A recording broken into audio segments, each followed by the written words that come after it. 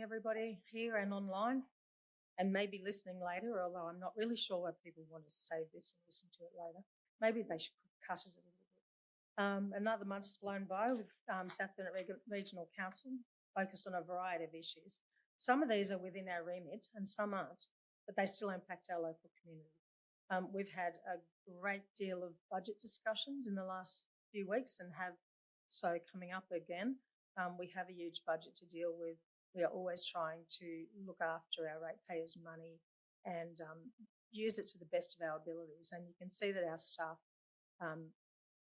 absolutely go the next mile, as Mayor Kathy said, to make that happen. They sometimes you get here and I think, are they sleeping here overnight, our staff? Because they seem to be here when they get here and they're here when we leave. And I think we've got an amazing group.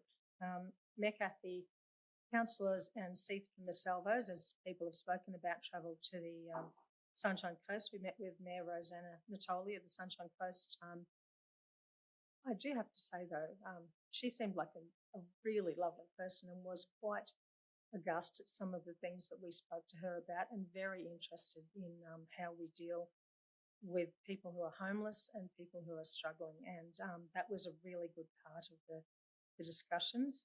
It was great to have Seith's feedback in that. He has been a member for Pine Rivers in the Newman government, I believe, and has always been interested in looking after social interests of people.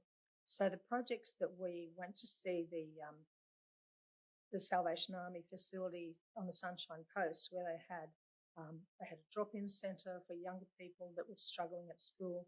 They also had where you could go in for free meals, pick up meals. They had a lock-up facility for women experiencing homelessness over 55 that also had access to showers, toilets and a washing machine, which was great. That looked like a really good project that we're very keen to progress in the South Burnett. Also, there was the project was a sleep bus. It required 75 volunteers, so I'm not sure that we could actually manage to do that here. And it was also probably for a different demographic than we have here. You had to be quite agile to climb up those steps into the sleep bus.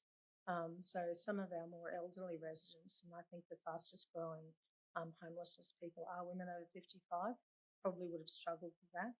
The very interesting thing that we also thought was combined from churches, and they managed to get funding for 10 stretcher beds, all the bedding, and they put it at one church hall or wherever they can for a night. They put volunteers on with them. The volunteers will sit there with the people who sometimes are very much struggling to sleep, struggling to make sense of their life at the time, and they'll support them, they'll play cards with them, they give them an evening meal and breakfast, and then the next night they pack all of that up, they wash the sheets because they belong to the individual church, and they send them mattresses, everything to the next facility. I just thought it was a great way of people to actively make a difference, and it needed quite a few volunteers, but not as many as the sleep bus, thank goodness. So that I thought it was fascinating because, you know, people have had a lot of chat lately about homeless people in the South Burnett, and, you know, as they say there, by the grace of God go I. People in homelessness situations don't choose to be there. We have a housing crisis. It is difficult. There are people in these free camps that they're in at the moment who have jobs and who have children going to school, and they need to be treated with respect, and that's what our council tries to do. I know that housing is not theoretically in our lane, but we certainly feel the ramifications of it. Our staff that deal with these all the time, our compliance staff, I've spoken to one of them, they are just wonderful. You know, they care about these people. They try and keep the ones that are a bit naughty occasionally under line. They have a chat with them and they support them as much as they can. So for anyone worrying about what may happen with people in homeless camps, if we have really difficult ones, we have had occasionally to call the police and to have our compliance people be that little bit more strict. But the majority of the time, we are trying to make their lives better and to look after them and to keep community expecting us to look after the ratepayers as well as the homeless people, because one of these days they'll be ratepayers too. I'm quite sure most of them will get back on their feet, and the ones who can't, they deserve our empathy as well. As everybody's mentioned, Farm Fest was fabulous. 5 buses, 250 farmers and students, and it was just such a wholesome day, and so many people got great conversation. They'll take for a long time. We've got a wonderful forum happening here on Friday in Kingaroy. It's called the Ag Horizons Forum.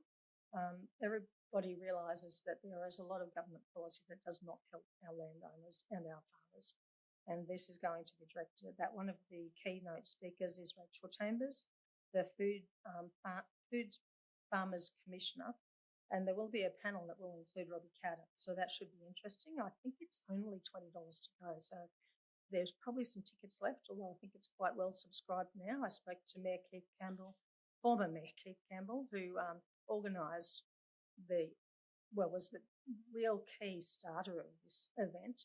I spoke to him and he said that they've got quite a lot of tickets sold already, well over 100. So if you want to go, jump in today and go. So some really local news, and a couple of people have asked me because it's important for our local people in my division. The footpath down Testmans Road is just about ready to start, so we're looking forward to that because connectivity in regions and communities doesn't just go with the internet, it goes with footpaths as well. We really appreciate the work that our staff have done in getting that to work because it's not an easy space. And as people have spoken about, thanks to our local member, the Honourable Dave Freck, for bringing the Cabinet here. It was just a privilege to speak to them formally and informally at the KPAC at Kingaroy High School and at the golf club later on. We certainly tried as hard as we could to put our issues out there, and I'm sure they didn't get sick of us. I'm sure they appreciated it. So, Councillor Linda Little, CEO Mark and myself will be at the Australian Local Government Conference, and we have meetings with Senator Anthony Chisholm, Minister Murray Watt, MP Lou O'Brien, Senator Matt Canavan, Minister Krista McBain, and the Ukrainian Embassy as well, that we have always continued to support. So we're very much looking forward to that and chewing off these politicians' ears again, because their decisions impact our community and we need to make sure that they understand how much it's going to affect our community. So thank you very much to my fellow councillors for another challenging, interesting, fun, sad, everything month, and thanks so much to the staff too, always there to support us. They're fantastic. Thanks.